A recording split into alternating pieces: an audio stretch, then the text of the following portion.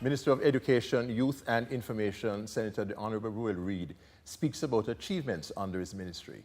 Welcome, I'm Ian Boyne. Minister, let's begin with increased funding for primary and secondary schools. Well, Ian, the government did make a promise to increase funding to our education institutions, and we are happy to know that we have delivered on those promises. We have increased the budget for the secondary system from $2.6 billion to $5.3 billion for the school year. What is interesting also is that we're also able to pay these funds to these schools way ahead of schedule, way ahead of the norm for the first time in our history. First tranche was paid in June of 2016, second tranche in September 2016, and ahead of schedule in December. We actually paid that in November, and we expect the other tranches to be paid April of this year. So we introduced a non-compulsory contributory policy that allowed parents to continue to make contributions, those who were able to do so and minded, but there was no requirement for them to have made a payment. So our policy is free access to every child in Jamaica, no barriers to entry.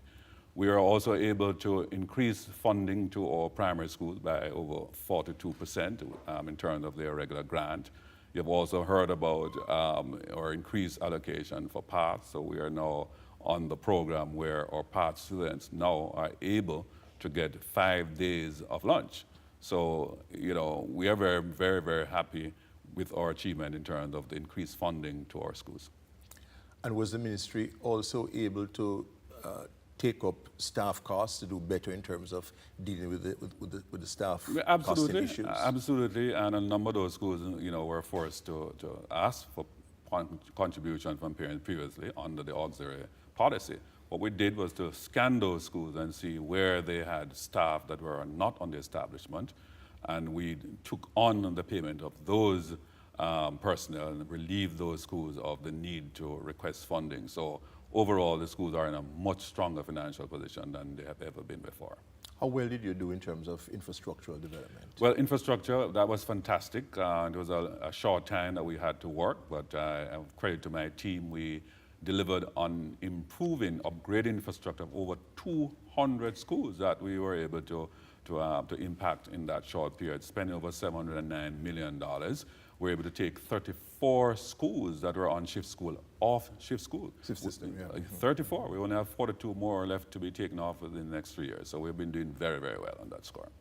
In terms of the alternate pathways to education program, how well did the government perform in that? Well, that program actually was part of the Education System Transformation Program, ESTP, and this was a very important you know, adjustment to our education system, and that is also part of my extension of the school period from 5 years to 7 years. And we have transitioned from the ASTP program now to the alternate pathway in secondary education, also came with the national standards curriculum.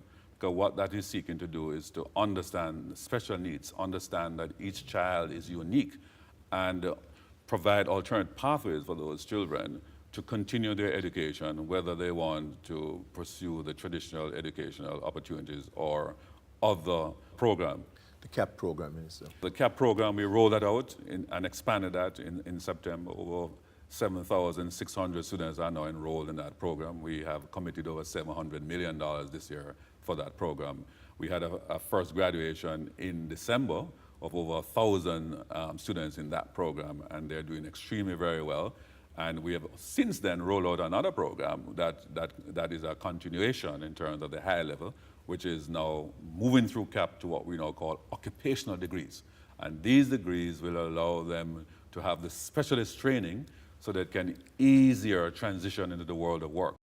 Minister, achievements in the area of youth policy, youth development. Well, you know, we have now merged the portfolios of education and youth. So frankly, almost everything we're doing in education is for the youth. But when you look at that segment of, you know, let's say 15 to 29 as that distinct group, what we did this year, for example, is roll out for the first time our National Youth Advisory Council. And in addition to all the other youth activities, that particular council We are going to mainstream it so that the youth can have a strong voice, that they will be able to assist and inform policy. We know what their issues are, and we are going to make sure that we collaborate with them. We also were able to roll out in the Youth Month the National Youth Parliament, which was a great success. And we just want to reorganize all our programs going forward to make sure that the youth are at the center of the programs that we are delivering, because after all, the youth are our future, and we have to take care of them, empower them as they transition into this new age of the fourth industrial revolution. Minister, back to education specifically. Yes. What is being done to better prepare our students for the CXC examination, for their performance after secondary school? Well, you know, we believe in proper preparation for proper presentation. We had some issues with math last year, and we have a focused program to make sure we work with our teachers, and most importantly, we work with our students directly. So we have special workshops for them, special exam preparation sessions where they actually do past papers, and we properly prepare them for the upcoming exams. Finally, Minister, in the area of information, Yes. how has the government dealt with this, as the government had the openness Yes. to media and has emphasized this? Well, you know, we came in as a government who believe in communication, openness, and transparency. And, you know, we have been relentless in crossing all ministries to make sure our ministers are available, that information is out there from all ministries in terms of what the ministers are doing, what the ministries are doing. We've had a regular post-cabinet briefing, and you know, we're very strong in all forms of media, social media and traditional media. So overall, the communication policy that we articulated very early to our ministers and cabinet having endorsed it, I am very, very happy that we have done excellently in executing on that policy. Thank you very much. My pleasure. Minister. Minister of Education, Youth and Information, Senator Ruel Reid, speaking about achievements under his ministry.